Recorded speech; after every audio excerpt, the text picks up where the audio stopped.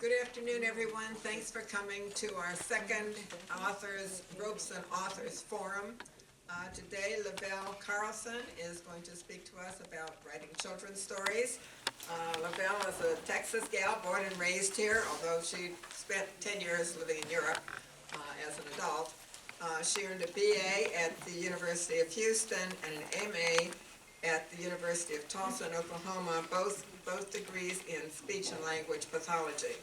She's written many children's books. I think, did you have some of them up here? Yes. And teaching, she's also prepared teaching materials, and she is the co-founder and CEO of SLP Storytellers, which is an award-winning online resource for parents and teachers. Lavelle, thank you for coming.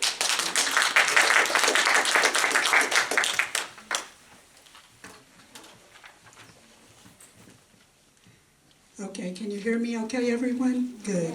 If I get too loud, let me know. First of all, thank you very, very much, Joan, for inviting me to do this. I will try to not talk too much. I have a tendency, and no, please don't laugh.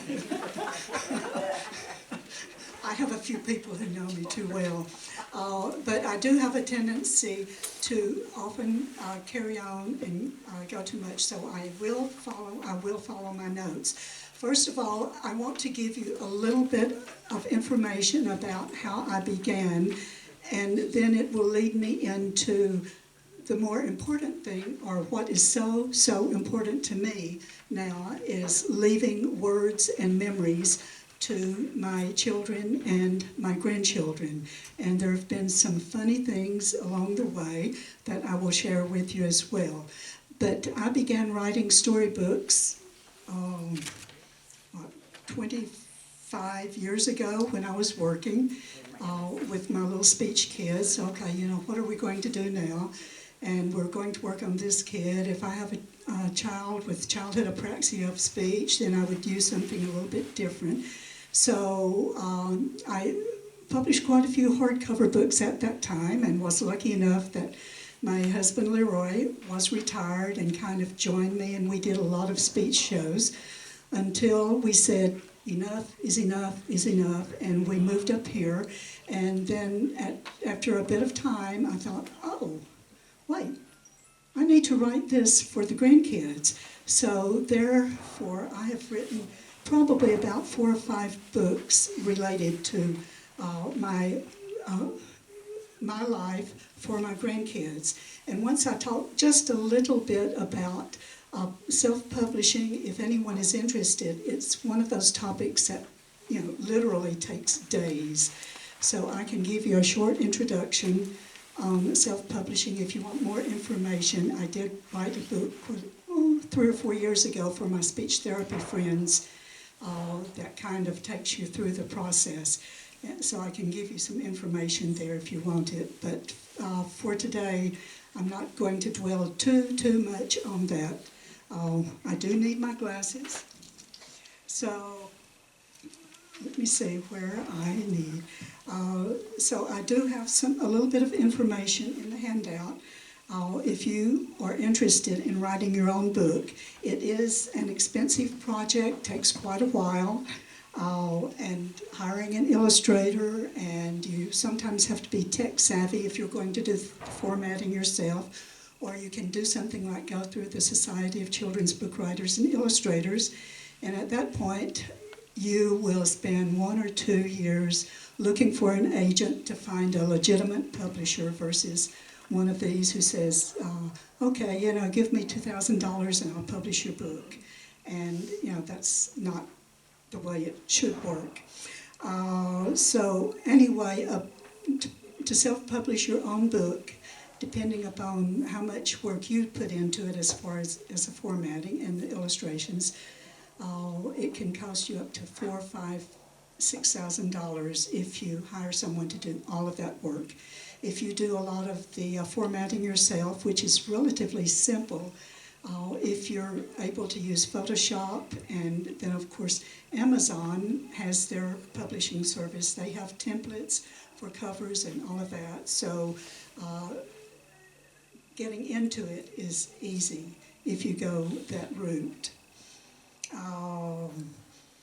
So I think I did put kind of a list on there on signing up on KDP. If you need more information or do not have it and want it, ask me afterwards and I will ensure that you get it. Okay, if I can quickly show you 2 or 3 things I've done for my kids, for my grandkids, because we have traveled extensively. I did one where I literally used my photos of us going to the Galapagos to talk about the very strenuous rules they have and the animals. And one of my favorite books is Farting Four-Toed Troll. And the reason I wrote this book for my grandkids is that my daughters literally grew up in Norway, and every Christmas they heard the great story about the kind Christmas troll. So this was kind of a different take on it. And my funny story on this is when one granddaughter was about 4, she said to me one day, she said, "When are you writing me another story?" And I said, "Oh, I've almost finished it. And it's called A Farting Four-Toed Troll." And this little 4-year-old girl looked at me, literally with trembling lips, and came up close to me. It's like, have you told Mommy yet? And I said, no. I write what I want to, and your mom does not tell me. Okay. And then the Honey Bunny and me, my youngest granddaughter, who is now 6, was quite the bunny whisperer. She would literally play with the bunnies in her yard. So I ended up writing this story for her, and I found a local illustrator, and he had never illustrated books, but what he was a portraitist. So I'm like, oh yeah, let's do that. So he used my granddaughter's photos and did portraits of her. So it's kind of a big deal in the family, although she's now 6, and this has been out 2 or 3 years. We have Honey Bunny shirts, we have Honey Bunny coats, etc., etc. And if her dad ever wears her, picks up anything that belongs to Honey Bunny, that's mine, that's mine. One other thing I have done recently, my granddaughter, who just turned 11, almost 2 years ago, said, "Will you publish my story and my friend's story about the dog rescuing people?" I said, "Sure." But it turned out to be quite a big deal because we were using their art teacher, and they were going to help do the illustrations. So we were doing all of the lessons, art lessons, etc. But the art teacher finally said, I'm having a lot of things going on with my family, so it's I just cannot finish it. So I ended up using an illustrator I had used for another book I just did. And so she said, "Well, sure, I'll do that." So this is the book she did for my granddaughters. And the funny thing is, my daughter, the mother of this little girl, bans them from social media. You cannot use social media. But this little kid now has a book on Amazon, although her mom does not want her on social media. So before we go on to something else, are there any questions? I do not want to dwell too much on this. I do have one person here. I want her to come up. Can you come up, please? This is Kay Menzies, and she lives here in Robson and has written several books. And I'm going to let her talk a little bit because her books are related so much to her family and her life and her dogs. So if she can just show you what she's done. I'm only doing this because she asked me to. I've written probably 10 books. I have another one coming out this year, which is be my 11th. I have a degree in psychology, and after I worked with abused and neglected children, and after I stopped, I thought, hey, I can teach life lessons. And that's what I try to do, is teach life lessons to these kids through animals, or even my grandchildren are in a lot of my books. So I have written Daydream Believer, which is the J.J. All-American Yorkie story. It was my Yorkie. My husband's a retired veterinarian, and he was just so funny that I thought, I'm going to write books about him. So he has four books in his series. Of course, he's now passed away, which I kind of finished it, and that one was Don't Fret the Vet. This is his very last vet book, and it actually has in there him crossing over Rainbow Bridge in it and stuff. But it's not so much as the kids. I did not explain what that was, but it was more so when the kids see that, they can say, hey, Mom, Dad, what does this mean? And then the parents can explain that, not me, on that. Children's books, Perfectly Polite Penelope. That is my granddaughter. And I wanted to write all of my grandkids. I have 7 of them, and I wanted them all in a book. Whether there's 2 people in a book or whether there's 1. Penelope was perfect because I could do this. I love to write in lyrical. Okay, I love rhyming. I did graduate from the Institute of Children's Literature. I took a course on that because I didn't think I had any talent, but but they helped me through that. But so I wrote about her. What I do is I come up, when I write books, I come up with the title first, and from that, I'm able to write the book around the title. I can usually write a book in about an hour. Okay, but I have to come up with the title first. I say it's God's gift that he gave me, and I love it. Axel is another one of our grandchildren. Axel's Awesome Adventure. The reason I wrote about him is because he is very adventurous. And because of his adventures, I made up all sorts of adventures in here. Like he's running in the Boston Marathon. He's lighting the torch at the Summer Olympics because the Summer Olympics were going on. But the life lesson in this is for him to get to a point where he realizes that family is his biggest adventure of all. It's not everything that he could do. That's the adventure. Cheater, Unlikely Achiever. This one is about Charlie the cheater who cheats. And his, of course, lesson is to learn a lesson not to cheat anymore, and he grows up and he's able not to cheat anymore. 2 of my other grandchildren are in this. Now they are animals, but they are in this. This is one of my newest one, and I actually had a 15-year-old illustrate this.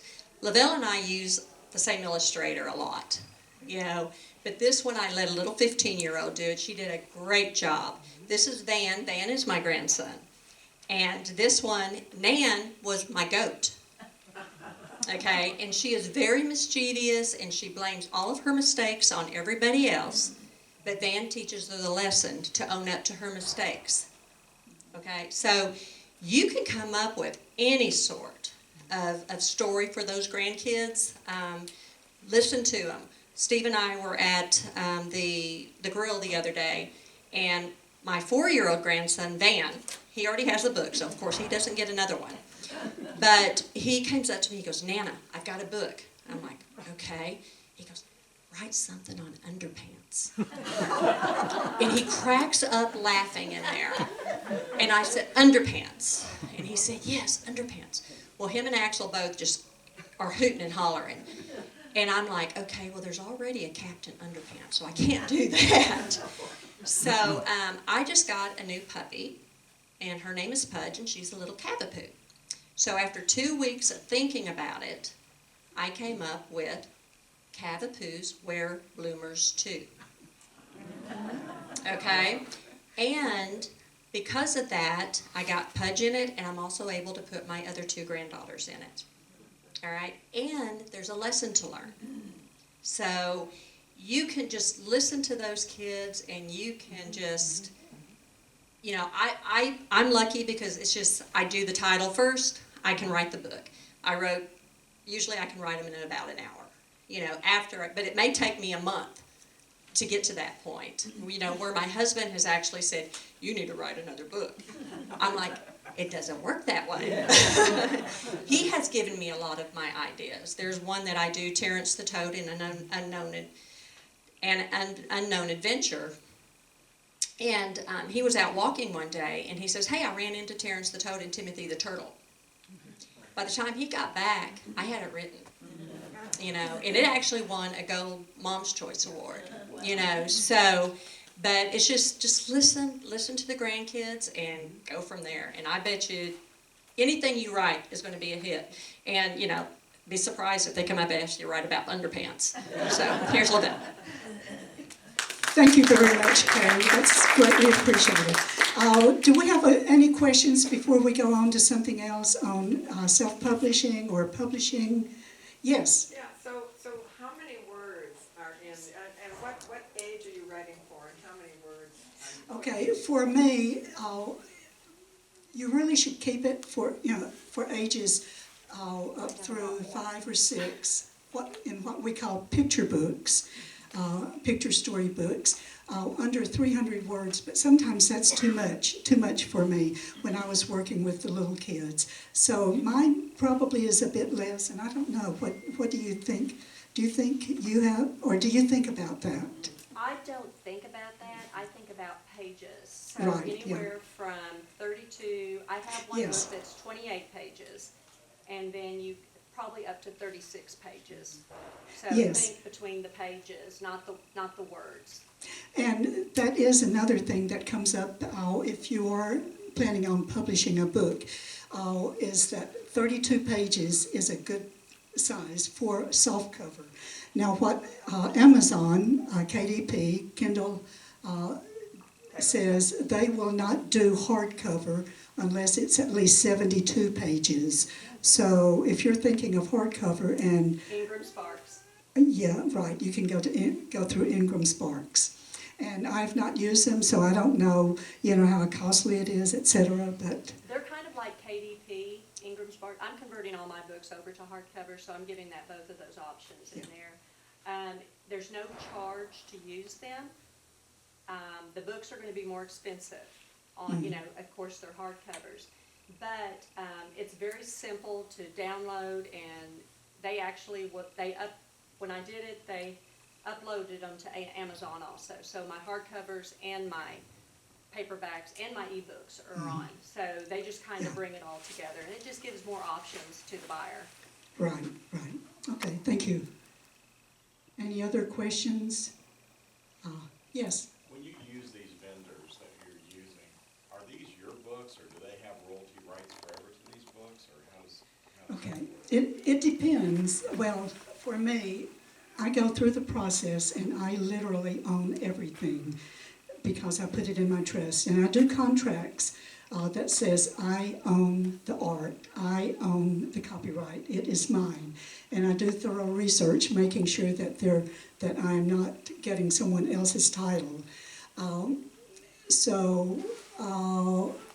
But with Amazon, okay, the process when you sign up for KDP, you will give all of your information on KDP, you know, for credit cards and payment and all of that for tax purposes.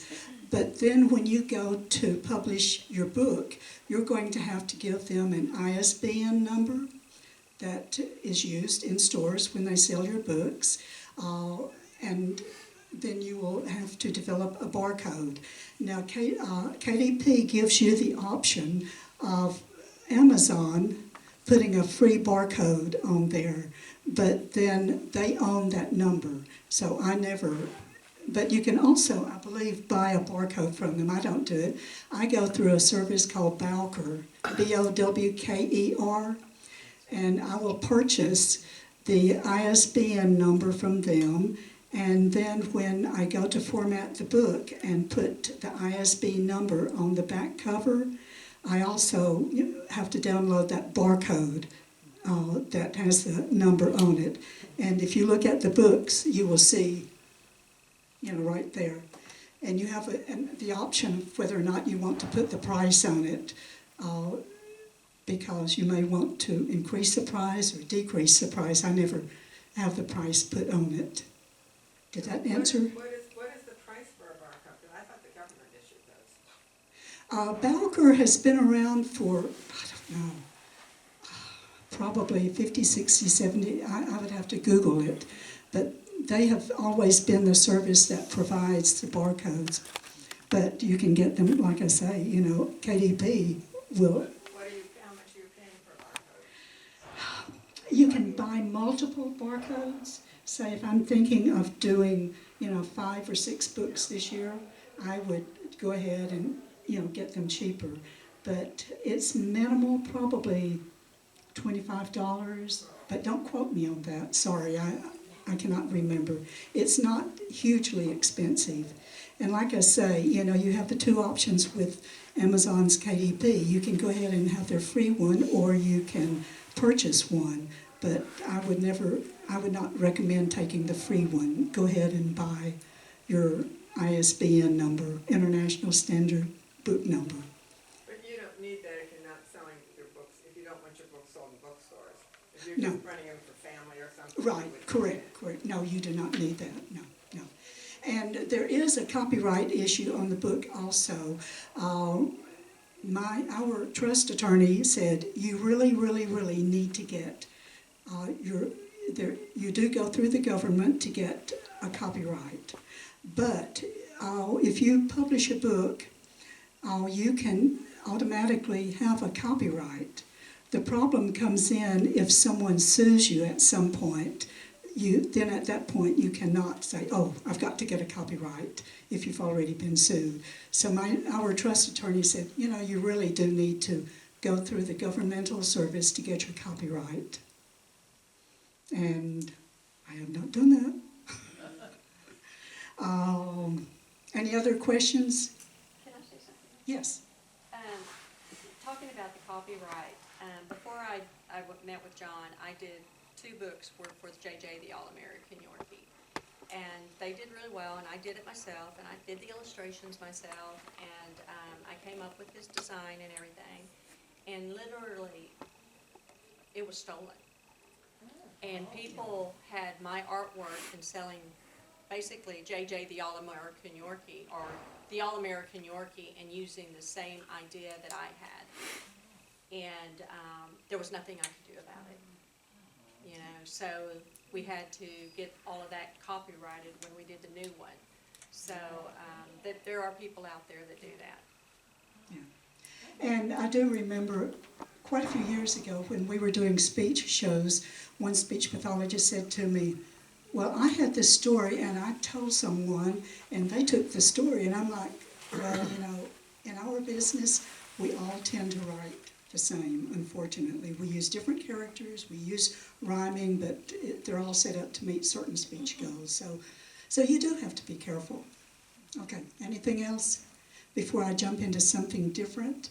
And if you do want more information on self-publishing your book, I have a lot more, but it's really way too much to present here, sorry. Okay, next item, we want to go into talking about what we as grandparents can leave for our kids and our children. And let me give you an example of how I started so you can understand maybe how you can do it.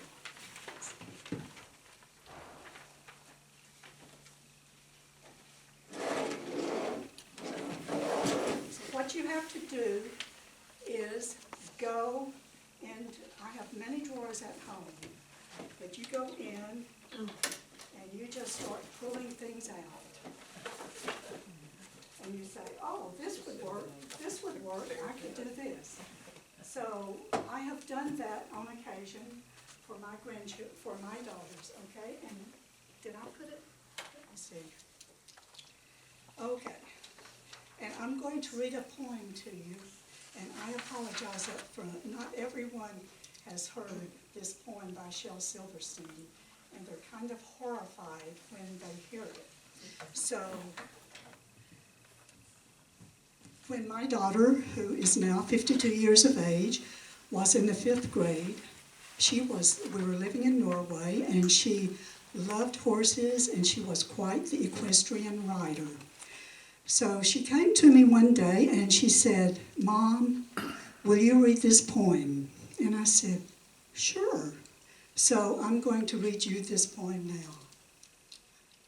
And I do apologize because a lot of people, I hear a lot of gasp at the end of it if they have not heard it. Okay, it's called Little Abigail and the Beautiful Pony. There was a girl named Abigail who was taking a drive through the country with her parents when she spied a beautiful, sad-eyed gray and white pony. And next to it was a sign that said, "For sale, cheap." "Oh," said Abigail, "may I have that pony, may I please?" And her parents said, "No, you may not." And Abigail said, "But I must have that pony." And her parents said, "Well, you can have a nice butter pecan ice cream cone when we get home." And Abigail said, "I don't want a butter pecan ice cream cone. I want that pony. I must have that pony." And her parents said, "Be quiet and stop nagging. You're not getting that pony." And Abigail began to cry and said, If I don't get that pony, I'll die." And her parents said, "You won't die. No child ever died yet from not getting a pony." And you know what? Abigail felt so bad that when she got home, she went to bed and she couldn't eat and she couldn't sleep and her heart was broken. And she did die, all because of a pony that her parents wouldn't buy. I'm sorry. I apologize. Have you heard it? So, no, she didn't. My daughter did not get her pony. However, a few years ago, and I think I did make a copy. I don't know if you can really see it. And I was quite surprised. I did this back in 2003. And I found in one of the drawers a painting she had done in about the 7th grade. So I took it down to Michael's and had them frame it. And then I put Shel Silverstein's poem in it. And then I gave her some comment about, now you understand you don't always get everything you want, but you're able to find substitutes, etc., etc. So this was something I had pulled out of the case to give to her. And just 2 or 3 other things here. I found something else that was very, is this the one? Here it is. And I've not done anything with this yet, but I really need to do it. All of these Mother's Day cards, Father's Day cards, and this is one that my daughter wrote to her dad when she was probably in the 3rd grade. And what's really, to me, very significant about it is that she was attending a school there in Norway that was very historical because it was a school that during the Nazi period had been requisitioned by the Nazis. And of course, once they left, then it became a school again. So it has all of that information on it, along with, she addressed it from Dear Daughter Company, DEER.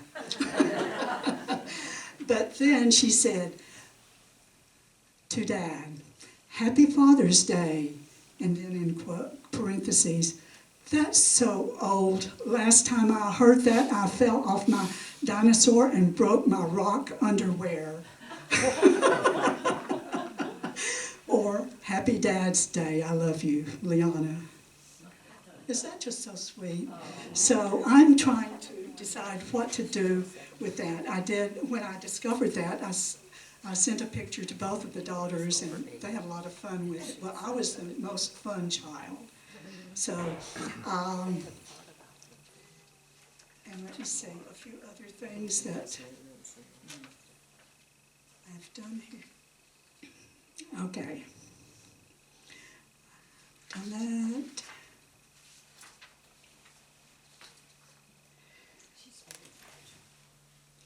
Okay, and then with my grandchildren,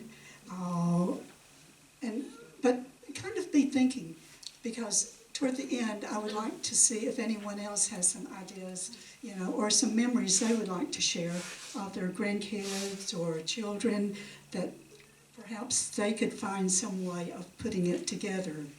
So for my grandchildren, we were in Belize. Each year we do our holiday trip, either Costa Rica, this past year in Belize. And I was sitting there on the beach watching the grandkids, and I thought, two of the little granddaughters had found a lost dog. And so they were taking care of this dog. So did I bring that poem with me? Let me see if I have that here. I don't think I do. Okay.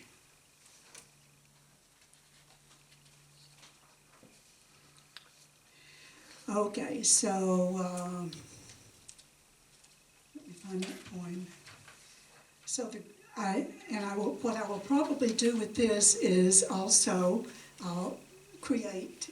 take it down and have the picture of the two girls playing with their newfound friend. So this is a very simple poem. It's not a professional poem, but it was written for a 6-year-old. So, but anyway, the granddaughters loved it. And it says, one little beach dog looking for love. He looked to the side, he looked above. None was to be found, so he ran some more down the sandy, windy shore. There, to his joyous surprise, he had to look no more. 2 loving, kind girls squealed with delight as they gave him love under the shining sunlight to celebrate his newfound love. So I ended up writing a poem for the two grandsons, separate poems, and then I wrote one for the granddaughter, who is 16 years of age. And I'm not a great poet, but the grandkids do not know that. It doesn't matter. We will not tell them. They will discover that eventually. There are several other ideas I've had along the way. I once wrote a poem for the grandkids, but they're a bit young yet for me to give this to them, and it's called Autumn Leaves, and it's about how the leaves, start out brown and then eventually are green, then brown, and then red. But over several years with my grandkids, I have photos of all of them where either I or they are covered in red leaves, red autumn leaves. So what I had planned to do was put the poem there with, photos of all of them in the frame, or maybe individual frames. I have not decided on that yet. And so I think that's probably enough of those. I will not bore you with all of my poetry. When my granddaughter, who is now 11, she's quite the horse rider also. When she goes to summer camp in hill country, we have to write to her every single day. So I came across a poem I found called Why Do I Run? But I had to Google all of the hill country animals to, kind of put them in the poem to make it more relevant to her. Okay. Okay, I'm going to jump into a couple of other areas that I don't know if any of you familiar with Storyworth? Okay. Storyworth is a program my daughter started me on, in which they come and they say, give me questions about my life. What was your mom like? What was your first job? If you could give advice to anyone who's 20 years of age, what would you give them? Well, I think, I'm not that fond of Storyworth. I will be finished with it January the 25th. I've answered 25 answers. The only problem I have with it is that it's just very disjointed because there's no connection between any of them. However, it has given me impetus to want to write a short novella just for them about my life and the history that has occurred in my life, because I say They don't know about Ruby Bridges. They don't know about integration and segregation. They don't know about the Vietnam War and, you know, what our men had to go through going there and then coming back and what they had to suffer, etc. So, but Storyworth is a good way, I think, for our parents to share some of their life with their children and grandchildren. So you can check it out. I think I did put the link on there to Storyworth, didn't I? I think I did. Probably one of my best answers, one of my favorite questions on Storyworth, and I think the girls enjoyed this quite a bit. Who has been a great influence in your life? So what I ended up doing was, you know, thinking, okay, what characteristic do I like about each child? And then I kind of tied the answer in with, you know, I like it because he's wild and adventurous, and I would still like to be that way. But probably my favorite answer was the youngest one, who is quite independent. So I gave a great answer because I love her independence, and it reminds me every single day that I can do what I want to do the way I want to do it. And the girls really thought that was pretty cool. One of them said it was their bedtime reading, and the other one said, I cried when I read it. So anyway, so that's Storyworth. The other thing I have started doing, and this is really crazy for someone who has written storybooks, and Kay may be kind of horrified. I have been playing with AI, artificial intelligence, big time. Not for my storybooks, but I still do materials for speech and language and teachers. So I think parents and grandparents could do this, and I gave the link to it. I don't think I gave an example where what you do with AI, you put in prompts. Please write a story. I think, let me see what prompt I used. Okay, so I put in AI just as an example, and I don't think the poem was that great, but it kind of fits in.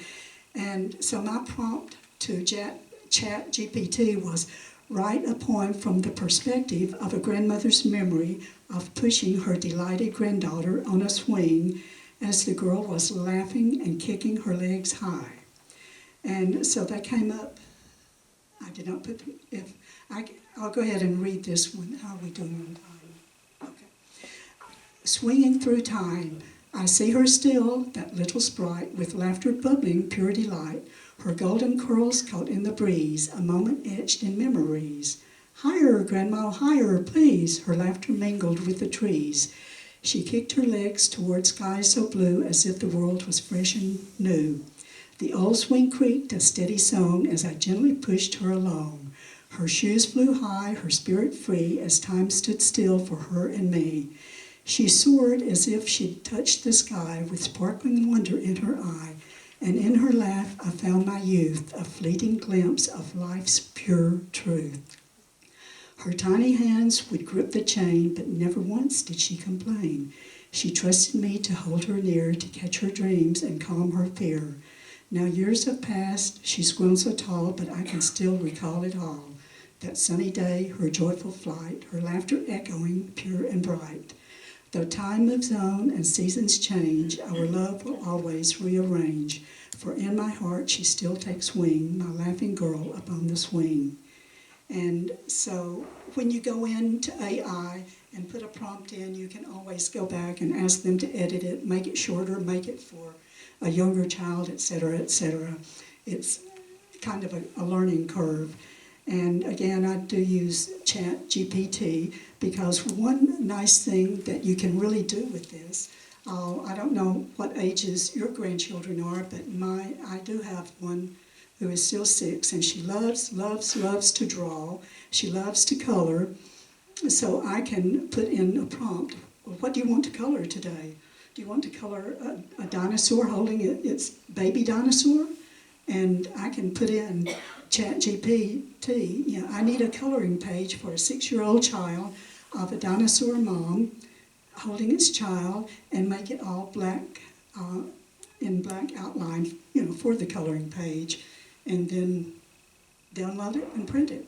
So I think AI has some good uses. I think you just have to be careful, because I know when I did my last 2 books, and did you or John put it in? Because what happens when you put it in now, Amazon says, did you use AI to create this book? And if so, which program?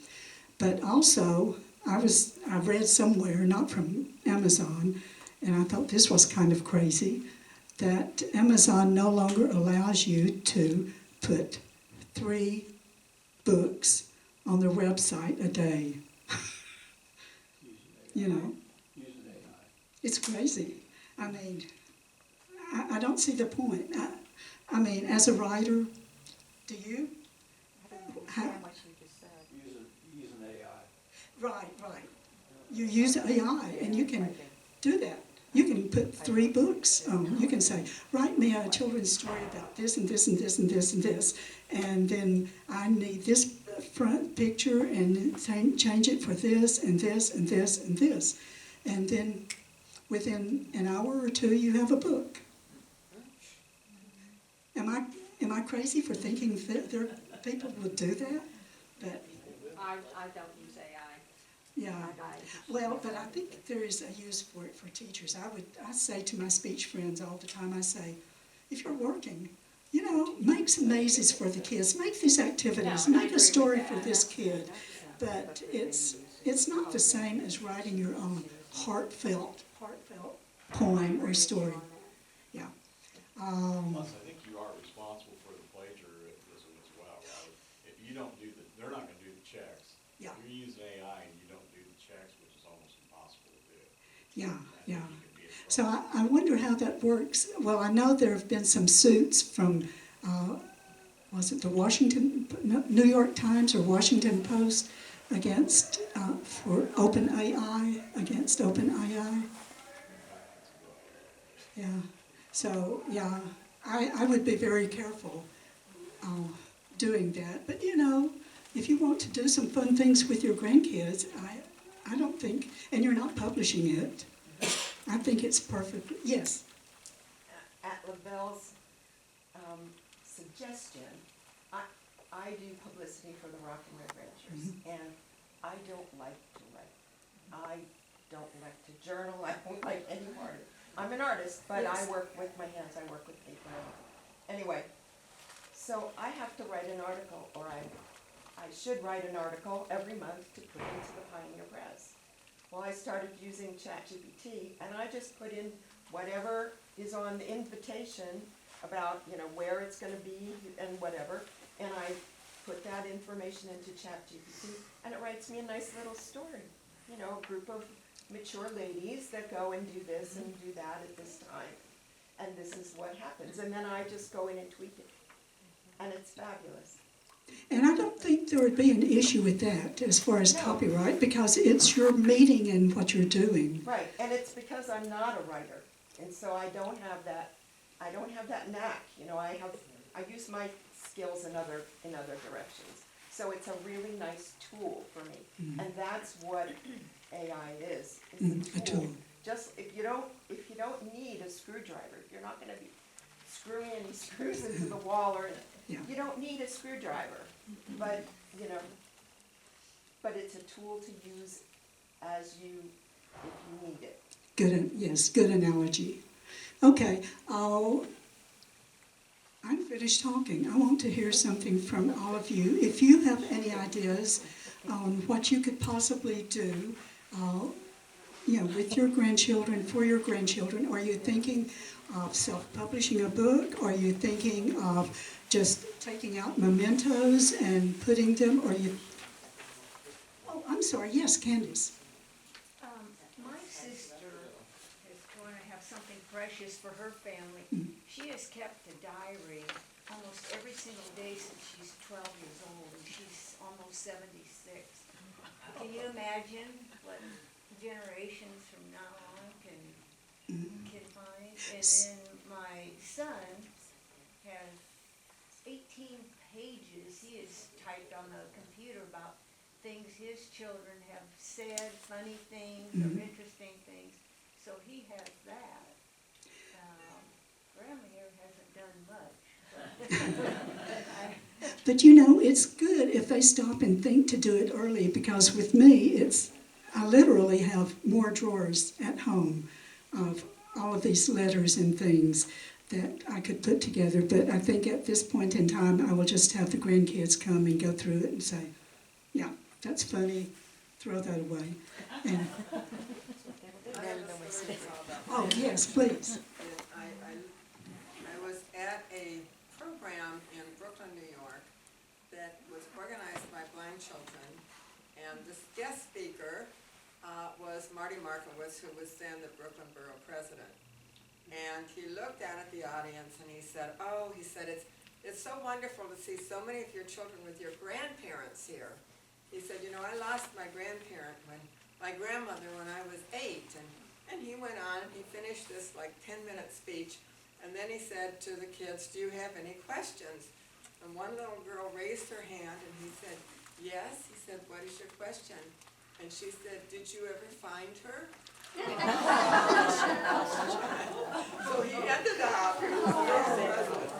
explaining death to a bunch of second, third, fourth graders.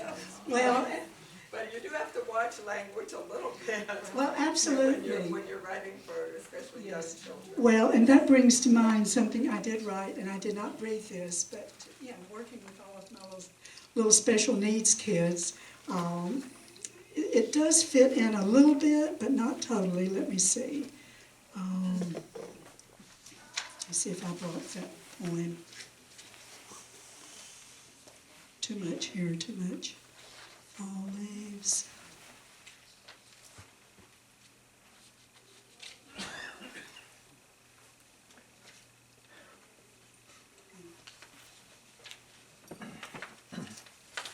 While you're doing that, I was watching television last night. I was watching a program called The Rookies, and they're going down the street, and there's this telephone booth on the ground that's been shot up, and one of the rookies says, what the heck is that?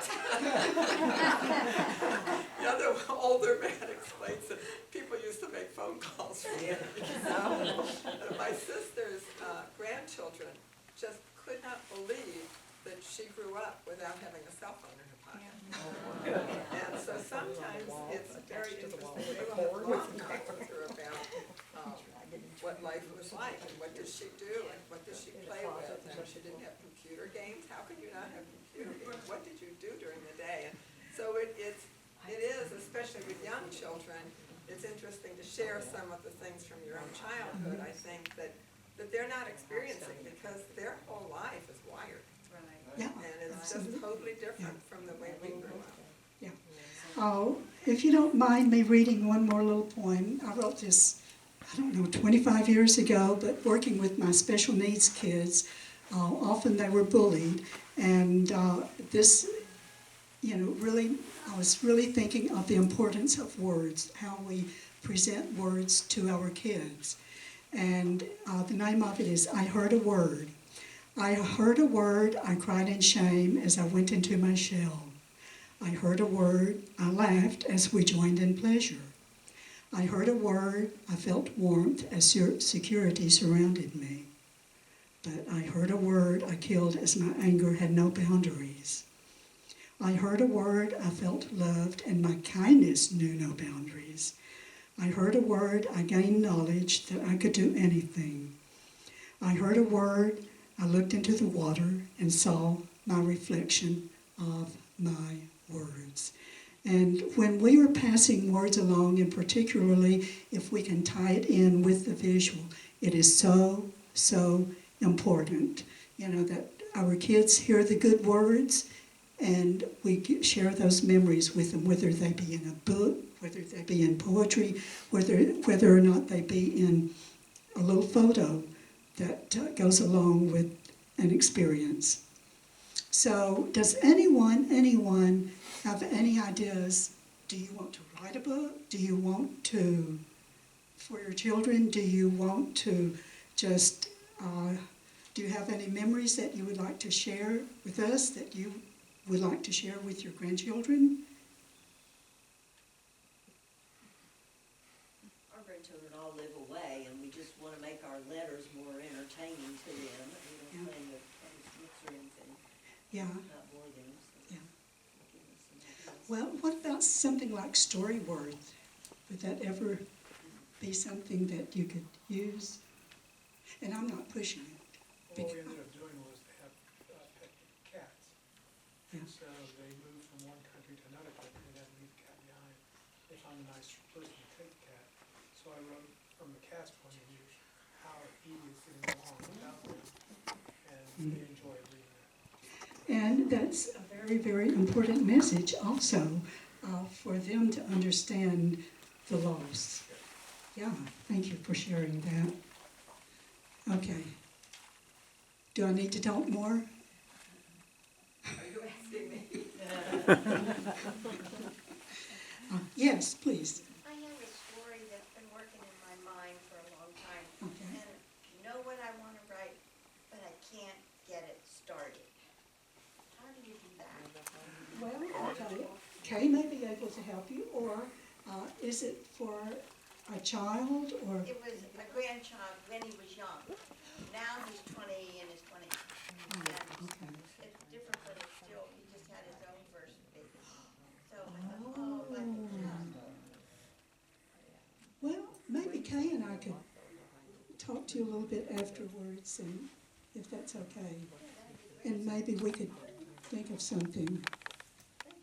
Okay. Sounds like you need a title. Yeah. There you go. Oh, okay. If you have the title. Do you have a title already? Yeah, she has a title. No.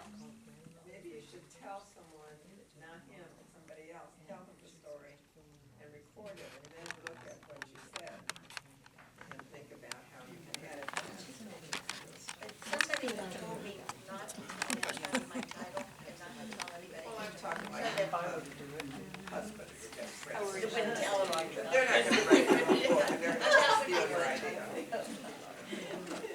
Or just tell it into a tape recorder, There you go. I just, and then Yeah. listen to it and see how would I then turn this into, right? Because But, sometimes when you talk something out, it's easier to talk, we all talk, we all tell stories all the time. But it's easier to just tell a story sometimes than to sit down and write it. but if you're concerned about someone taking your story, one of the things I have suggested in the past is that you go ahead and just write what you have and mail it to yourself, and don't even bother to open it, but just have it. And then you can share it verbally with others, and if someone takes it, well, wait, look, this is, I sent it to myself back then. So, yes. I know. Publisher which closed during COVID, and since then the owner has passed away. And so do my books belong to me? Or do I? It wasn't official, not official copyrighted, the library copies. Did you have any kind of a contract, Rosie? But I was looking it over, and it doesn't have a whole lot to say about Who owns? anything in the future. Yeah. Oh, you may have an attorney look at it. Okay. That's what I would suggest. I mean, I certainly could not. I don't know law. I could not. Anyone else? Okay, thank you. Thank you, John. May I also thank John for the nice article, and also I was talking about AI, and she put a nice photo in there of me, and I will let you know I cleaned up my wrinkles with that.